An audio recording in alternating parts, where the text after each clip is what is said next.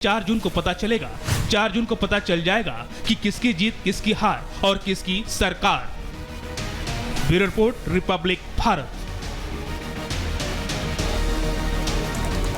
तो मेगा प्रचार लगातार जारी और इसी कड़ी में राजनाथ सिंह, जो कि देश के रक्षा मंत्री हैं, वो पंजाब के फिरोजपुर पहुंचे और वहां उन्होंने चुनावी जनसभा को संबोधित किया। उनके निशाने पर दिल्ली के मुख्यमंत्री अरविंद केजरीवाल रहे। अरविंद केजरीवाल को लेकर राजनाथ सिंह ने कहा कि पहले कहते थे कि वो घर नहीं लेंगे, लेकिन अब शीश महल में रहते हैं। और भी काफी कुछ कहा राजनाथ सिंह ने। आइए 1 मिनट की रिपोर्ट में आपको दिखाते हैं। केंद्रीय रक्षा मंत्री राजनाथ सिंह ने पंजाब के फिरोजपुर में चुनावी जनसभा को संबोधित किया। इस दौरान उनके निशाने पर दिल्ली के मुख्यमंत्री अरविंद केजरीवाल रहे। उन्होंने कहा कि अरविंद केजरीवाल ने कहा था कि वो सरकारी घर नहीं लेंगे, लेकिन अब वो शीश महल में रहा करते हैं। कहे कि मैं मुख्यमंत्री दिल्ली का बन जाऊंगा तो मैं सरकारी आवास में नहीं रहूंगा, गवर्नमेंट रेजिडेंस में नहीं रहूंगा, मैं अपने घर में रहकर जो है मैं कामकाज करूंगा। बहनों भाइयों, उन्होंने एक अपना शीश महल बनवा लिया है, आलीशान बंगलो बनवा लिया है, आज वह उसमें रहते हैं। बहनों भाइयों, आज दिल्ली के गली गली में शराब बिकवाने की व्यवस्था जी किसी ने की है तो आम आदमी पार्टी के नेता केजरीवाल जी ने की है।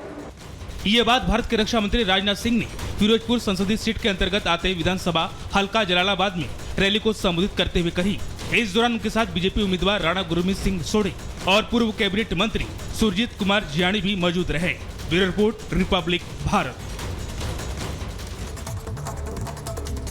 चुनाव अब आखिरी पड़ाव पर है और ऐसे में जुबानी तीर जो हैं वो और तेज हो गए हैं। मुख्यमंत्री योगी आदित्यनाथ ने कहा है कि दिल्ली में सत्ता उसी को मिली जो राम भक्त है, रामद्रोही जो हैं वो हाशिए पर चले गए। वहीं आपको बता दें कि गोरखपुर में भी मुख्यमंत्री योगी आदित्यनाथ ने जनसभा को संबोधित करते हुए अखिलेश यादव और राहुल गांधी पर निशाना साधा और उन्होंने कहा कि ये जो चुनाव है वो राम भक्त और रामद्रोहियों के बीच में है। एक रिपोर्ट आपको दिखाते हैं।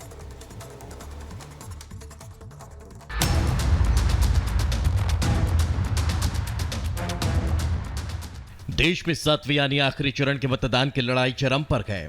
बीजेपी हो या इंडी गठबंधन, दोनों ने आखिरी चरण में होने वाली 57 सीटों पर वोटिंग के लिए एड़ी चोटी का जोर लगा दिया है।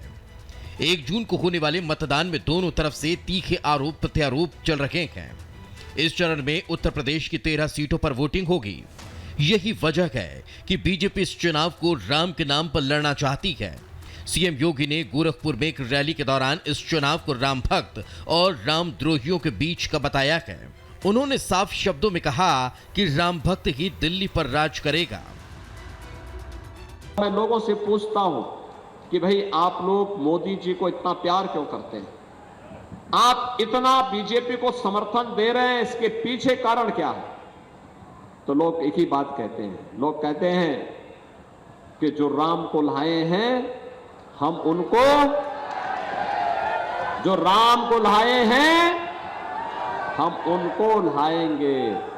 और यही बात कहते हैं, एक ही बात कहते हैं कि राम भक्त ही राज करेगा दिल्ली के सिंहासन पर। सीएम योगी यही नहीं रुके, उन्होंने कांग्रेस और एसपी के चरित्र को भी राम विरोधी बता दिया। सीएम योगी ने कहा कि कांग्रेस और एसपी दोनों राम मंदिर के मुद्दे में अड़चने डालते नजर आए, लेकिन अब हालात बदल गए हैं।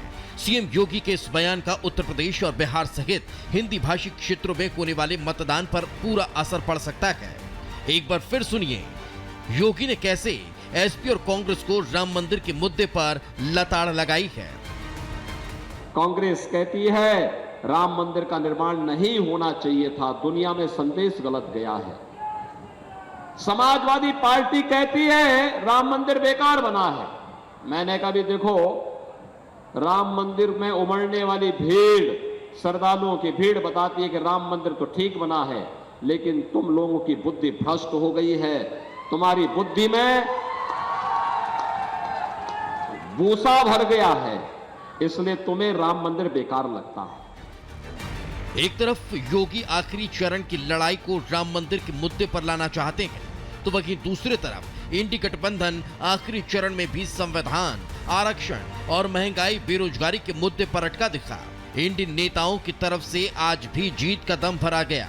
इंडी के नेता आखिरी चरण में सभी सीटें जीतने का दम भरते दिखाई दिए। इस बार दोनों शहजादे न केवल शह देने जा रहे हैं बल्कि इस बार मात भी देने का काम करेंगे। लोकसभा के 6 चरणों का मतदान संपन्न हो चुका है। छठे चरण के बाद से ही